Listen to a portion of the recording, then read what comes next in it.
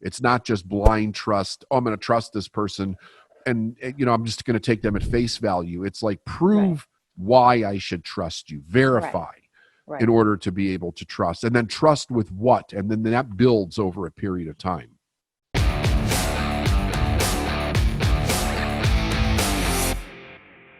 Hey, everybody, it's David Nagel. Welcome to What's the Truth? And today, my guest is Francine Smith. Francine, how are you? I'm good. How are you? Doing fantastic. How can we help you today? Okay, well, I've been listening to you for about the last year.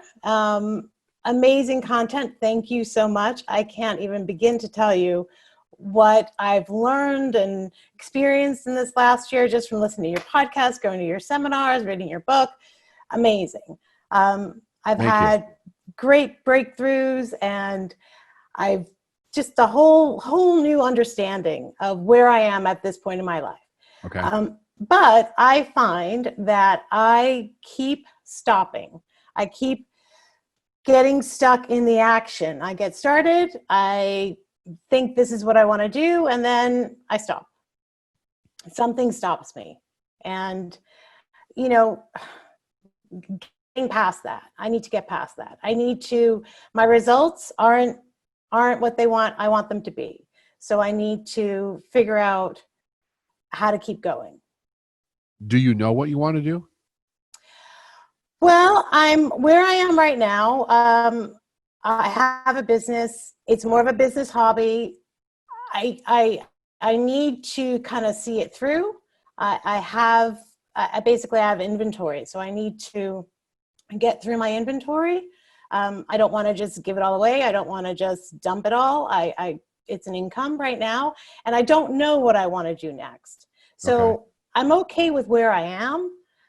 It's just, it's almost on days when I'm really struggling, it's like pulling teeth to do the stuff I need to do to, engage to get in rid my of the business. Inventory to just to engage in my business, to move my inventory and sell it, and which is what I need to do with it. What's your goal with your current business? Well, basically, like with my current business, is to be, more engaged so I can make more money selling and doing, reducing my inventory. That is a horrible goal. I know, right? Horrible. Who the hell wants to get up and do that every day? There's nothing exciting about that. There's nothing exciting at all. But I do want to transition. I feel like I've got a year, maybe 2 years that I really want to, or less. I really want to transition to what's next. And I don't know what that is right now, to be honest. All right. Well, so let's put what's next on the back burner for just a moment. Yeah. The idea of taking a business that is are you making money in your business? Are you profitable? I'm making money. I'm not making it, it's like I said, it's a hobby. I've never fully committed to this business. What is it? What is the business? I buy and sell vintage home decor. Okay. Yeah. Okay. So I've got a garage full of stuff. And I'm basically selling what I have. I'm not buying as much as I used to, which was the really fun part. And so now I'm just the selling part, which is, it's fun when I make a sale, but the process is not that fun. Okay. But you enjoy the buying part. Love the buying part. If you had this business where you were the buyer, you went out and did all the buying, but you had somebody else turning it for you, would that be exciting to you? Yes. But then yes and no, because possibly, let's say possibly. It depends on how much money I could make, how much, It depends on the quality. Depends on, right? So how much can you buy and sell for? I suppose the quality and the price points of the materials that you're moving, that's really kind of what determines it. But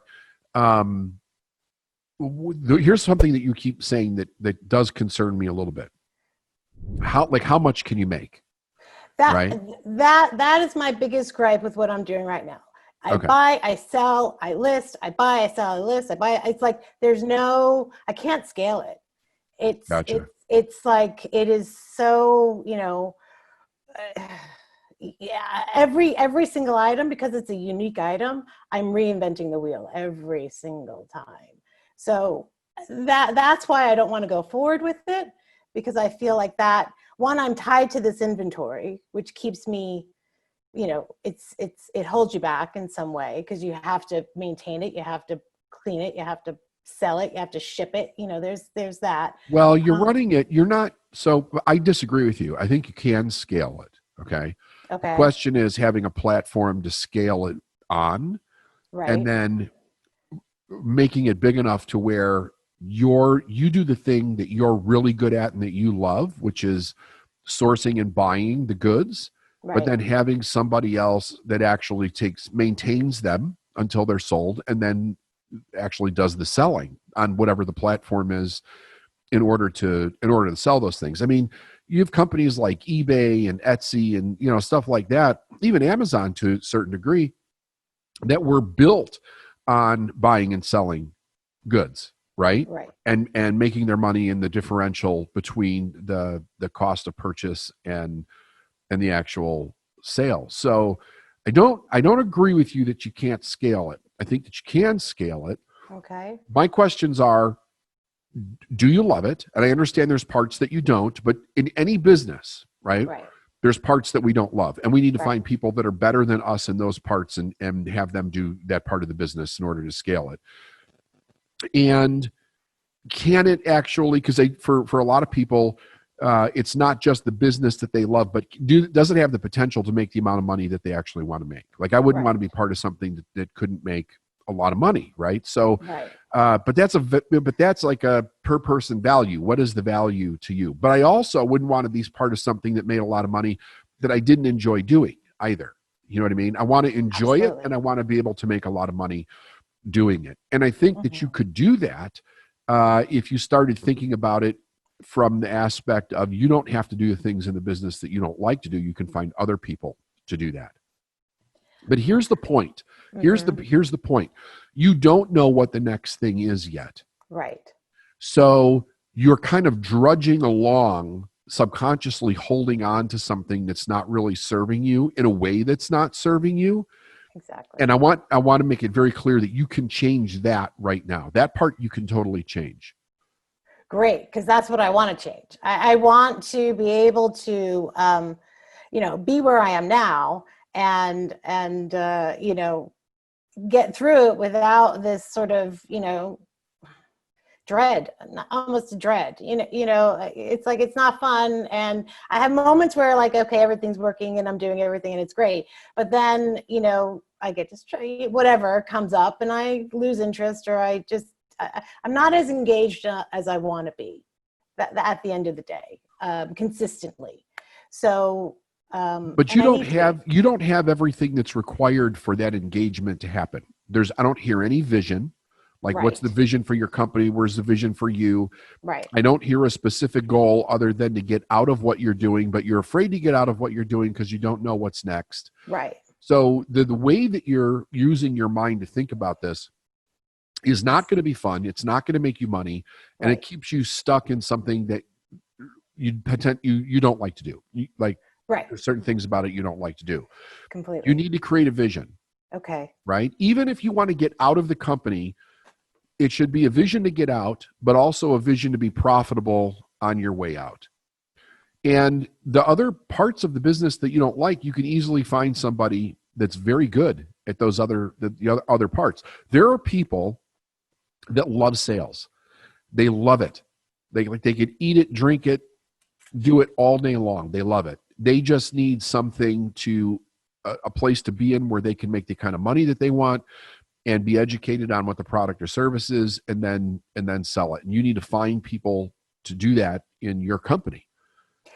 Well, I think so. The thing is, I do like sales. I don't like my internet sales so much because they're so impersonal. So, there's no connection. There's no, for the most part, it's like one item shipped off, never hear from these people again. And that's fine. I mean, that's the way business is, on internet sales. So there is that I miss from certain sales, like, okay. Because I used to be able to, one-on-one sales. I've done that. I'm good at it. The part about paying people to do what I do, like that's my whole money black, like I can't afford to do it reasoning, which is why I think I have to do it all. And so those are my two stopping points with that, as far as paying somebody else to do. Well, one, I don't think they're going to do it as well as me, just well, that's because, different. well, like I have to ship these things and I want to make sure they get there in one piece. And I get so, that sort of thing. And paying somebody to do that, makes me, do I have enough to do that? I don't know. All right. So let's just clear a couple of things up. Okay. Most of the businesses that are started in the world are bootstrapped. Right. They don't have funding, right? So that means that they have to build based on the vision that they have of where they're going, but they don't always have the money to do it. One of the biggest misconceptions is that you need money to hire people. It's absolutely not true. And here's the reason that it's not true. Okay. Because hiring a person is a relationship, especially when you're first starting out and when you're small. It's about finding people that are willing to work, yes, for money, but maybe not necessarily right up front. Now, with salespeople, that can be different because a lot of salespeople are totally willing to work for commission. And if they're willing to work for commission alone, you don't have to give them any money up front. It's based on what their great skill set is, which is be able to sell and move products or services, and then they get paid on that.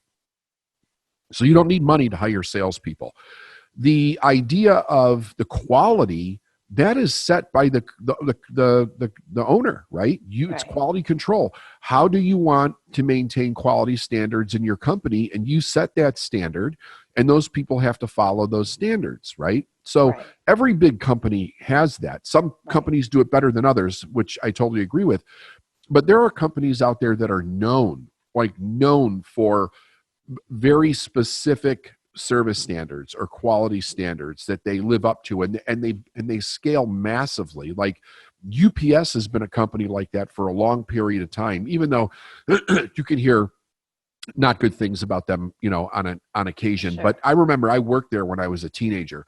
They had an extremely high standard that they held everybody to, and you would lose your job if you did not meet that standard. Like literally, they would let you go. They wouldn't even blink an eye. They would let you go.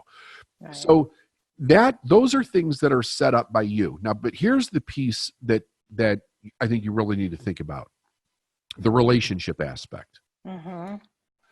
Because if you're not getting emotionally what you want from your company, you have to be very careful that you don't isolate yourself to not getting it at all. Because sometimes, even if you scale a company, it can't necessarily give you what you want emotionally. Maybe you should be getting that somewhere else in your life. Like there's the idea of you giving to yourself what you need emotionally, you getting that through other relationships emotionally. If you have an online business, obviously you're not going to get that emotionally because you're not creating those kinds of relationships to get it, right? But if that has to be like 100% for you, you can never move out of being a one-woman show. Right? So that does not meet your other goals. So here's what's important to know. That is where self-growth comes into the picture, because then it's like, where is it that my supposed needs are getting in the way of my own expansion in life? Well, I need this relationship with these people. Okay, so let me question that for a moment. Do I really need that relationship, or can I get those needs met somewhere else so that I can also get my financial needs and my needs for my vision and where I'm going with my company met here in the business itself? It's really kind of rearranging your thinking about what you're doing, because you're probably sitting on a gold mine and you don't even realize it. And you have to realize that you can set a standard, but nobody will ever do it like you can. Great. That's fine. But nobody has to do it like you can in order to meet the standard that needs to be set in order for your company to grow. And then you specifically hire the people that are required in order to expand the company. You could totally do this from where you are. And then if you want to leave futuristically a year from now, 6 months from now, 5 years from now, whatever, you can set it up so that you can leave that way and you can still make money doing at the same time. Right. Yeah, I see, as far as like, I've sold online on and off for years, and selling online is a different relationship than having a one-on-one relationship with, Right. a sales relationship. Right. And I've gotten used to it. I have, like, as far as a vision is concerned, I've thought about maybe building my own website and building a list and all that sort of stuff. I get excited about it, but then I kind of stop myself. Like, I don't do it. And I guess there's a question as to why I don't, or I haven't yet. And then paying somebody, I guess, that is a different mindset for me. Like, that's a different, like, letting somebody else come in, get into my space and touch my stuff, so to speak, like that's what they're going to be doing. And finding somebody that I trust enough, that's